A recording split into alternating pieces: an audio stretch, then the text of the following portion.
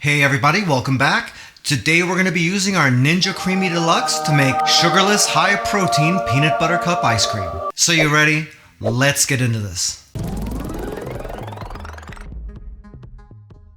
For this recipe, we're going to need our Kroger Carbmaster milk, egg yolks, monk fruit sweetener, Dymatize ISO 100 chocolate whey protein. You can use any whey protein you want, but I like to use the Dymatize stuff because it doesn't have any cholesterol and it's a lot easier to mix than some other brands. And our last ingredient is some no sugar added peanut butter. For best results, you might even think about making your own. You can use the chunky like I've got here, or you can use the creamy stuff. Either way works fine, and if you use the creamy, you're probably going to get a consistency a little bit closer to an actual Reese's peanut butter cup. I just happen to like chunky peanut butter so much better, so that's what I'm using. So don't give me a hard time. If you'd like to make this recipe, all the ingredients and measurements are down in the description of the video, along with the calorie count, the protein, the carbs, and the fat. The first thing we're going to do is put our egg yolks into a mixing bowl, and we're going to whisk these up until they start to get nice and fluffy.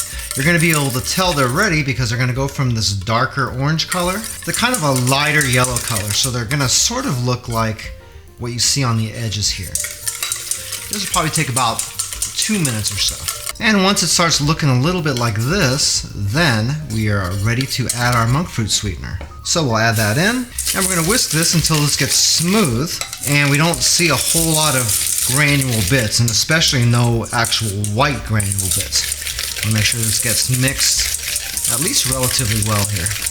You don't really have to kill yourself with this, just be sure that it's combined really well. And just like that is plenty. Once we got it like this, we're going to add in our milk. So in goes the milk, and we'll just whisk that in. And we'll whisk this until we get the color all nice and uniform. But remember, that's going to be kind of tough to completely dissolve it in there, so if it doesn't all the way, don't worry too much about it. And once you combine this really well, we can move on to our next step. Now we're going to set our burner to about a medium, and we're going to add our mix into a medium-sized saucepan.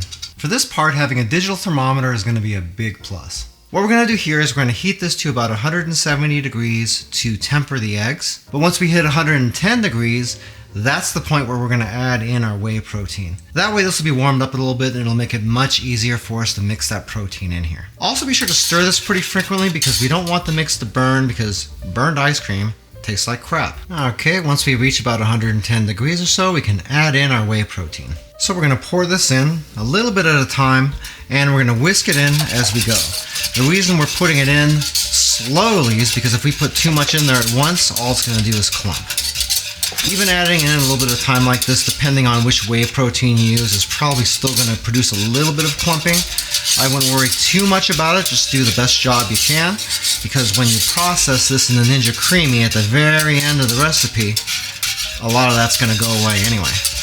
If you can see through all this foam that I got here on the top, you can see that this actually mixed in really, really good. There's not any clumps, and there's maybe just a few specks of unmixed stuff in there. Not bad at all. Now you just have to continue stirring this until we get to our target temperature. And once we get this over 170 degrees, we can get this off the heat.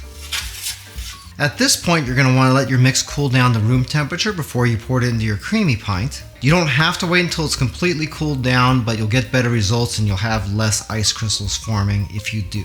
But once it's cooled down, we're going to take our creamy pint and we're going to use our mix to fill it to the scoopable max fill line. You can come in a little bit under that, but don't go over it, because if you do, you're going to end up with a huge mess. Perfect. At this point, we can just put on the lid and we're going to throw this in the freezer for at least 24 hours.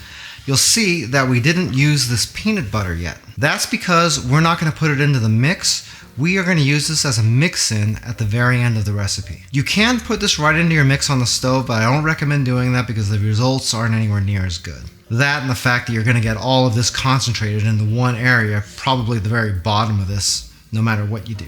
I tried it both ways, and this way is the way it came out better for me. So, into the freezer it goes. Let's move all this other ice cream out of the way, and we'll close this up. Much later. After it's been about 24 hours, we can pull our ice cream out of the freezer. Just by looking at the color, you'll be able to pretty much tell if it's ready. Down here is how it looked when it went in, and out here you can see it's much lighter color. That's the color we want it to be, and that's how you can tell it is ready to process. As a rule of thumb, 24 hours is usually plenty. For the next step, we're going to set this out on the counter and take the lid off. And we are going to let this sit here for about 20 minutes to thaw just a little bit before we process it. That way we can avoid that powdery look that you get sometimes if it's over frozen. If you don't want to wait, you don't have to. If you get that granule look on your ice cream, you can always fix that by adding about a tablespoon of milk to the mix and respinning it, and then you'll be fine. After that's thawed out a bit, we're going to take our Ninja pitcher, throw in our ice cream, put on the lid, and lock it into place. Put the pitcher into the creamy and lock that in, and turn on your Ninja Creami. Remember, we need to mix in that peanut butter, so we're going to be processing the full container, and we're going to set this to light ice cream. Once you've got all that set, we can go ahead and start it up. Once that's done, we can go ahead and check out our ice cream. Ooh, and that's looking really great. So now we're going to add in our peanut butter, put our lid back on, put this back in the machine, set it back on full again, and this time we're just going to hit the mix in button. By the way, if this is your first time here and you want to learn some cool new recipes, get some great cooking tips and tricks and all sorts of other kitchen related things, then start now by subscribing to the channel and clicking the notification bell so you never miss a thing. And once that gets finished, we'll check it one more time. And that looks ready to serve. If you'd like to learn some more about Joe's Phenomenal, you can either watch a couple more videos or you can check us out online at joesphenomenal.com. If you like Reese's peanut butter cups, then you're really going to love this ice cream, and the best part is that there's not going to be a whole lot of guilt because there's no added sugar. If you'd like a little bit more information about the Ninja Creami Deluxe that we use in this video, we do have an Amazon affiliate link to it down in the description of the video. If you purchase anything through those links, we do make a small commission, but it doesn't change the price that you pay 1 cent. If you like this recipe, you might like this video right here where I showed you how to use your Ninja Creami to make sugarless Rocky Road ice cream. Rocky Road ice cream. If you like chocolate, you definitely gotta check that one out. Well, that's it for now. I hope to see you again really soon, and until that time, I'm Joe, and I hope you have a phenomenal day. Take it easy.